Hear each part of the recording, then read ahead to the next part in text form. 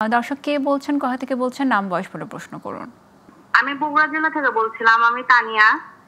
জি বলুন। আমার বিয়ে হয়েছে প্রায় 20 ইয়ার্স। তো আমার 2008 সালে আমি মা হয়েছিলাম।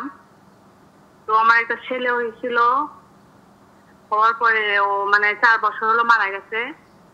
তো আমি ট্রিটমেন্ট করতেছি, কিন্তু আমার কোনো বাচ্চা হচ্ছে না। আচ্ছা, একটাই আপনার বাচ্চা হয়েছিল, বাট এরপর আর আমি কোনো বাচ্চা হচ্ছে না। ট্রিটমেন্ট করছি। আমি ধরেন এখানে আমি 3 মাসের করছি, সব ধরনের পরীক্ষা নিরীক্ষা করছি। তো ইনজেকশনও করছি। তো ডিম্বাণু তৈরি হয়, তো ওটা ফুটানোর জন্য একটা ইনজেকশন দিছিল, ওটাও আমি করছি। কিন্তু 2বার ওটা করছি, কিন্তু কোনো কাজ হয় নাই।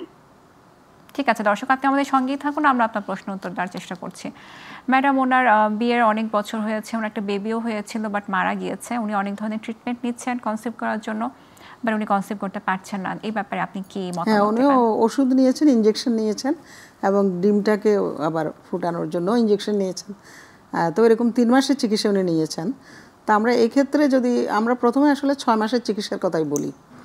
তো অনেক ক্ষেত্রে আমরা 3 মাসের পরও যদি বাচ্চা না হয়, দেখা যাচ্ছে তাকে ইনজেকশনে দেওয়া হলো, ডিমও আসলো, আবার ডিম বড়ও হলো, আবার ডিমকে ফুটানো হলো, তারপরও বাচ্চা হচ্ছে না। এরকম 3 মাসের বেশি হলে অথবা 6 মাসের বেশি হলে তখন আমরা আসলে দেখি যে আর অন্য কোনো কারণ আছে কিনা, কেন তার প্রেগনেন্সিটা হচ্ছে না। তো সেই কারণটার মধ্যে ওই যে আগেও বলেছি, তখন আমরা হয়তো একটা ল্যাপারোস্কোপি আমরা করার পরামর্শ দিই।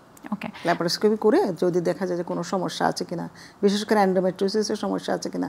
আর টিউব পরীক্ষাটা তো আমরা আগেই করে নিই, এই ধরনের না আসলে। ও যদিও আগে একটা বাচ্চা হয়েছে, কিন্তু একটা বাচ্চা হলেও পরবর্তীতে টিউব ব্লক হওয়ার রিস্ক থাকে অনেক সময়। তো সেটা টিউবটা আসলে ঠিক আছে কিনা এটাও দেখে নিতে হবে। ঠিক আছে। এটা একটা কারণ। যদি টিউব ঠিক থাকে, যদি এবং একটা টিউবও ঠিক থাকে, তখন আমরা কিন্তু আইইউএ করে চলে যাব। ওকে।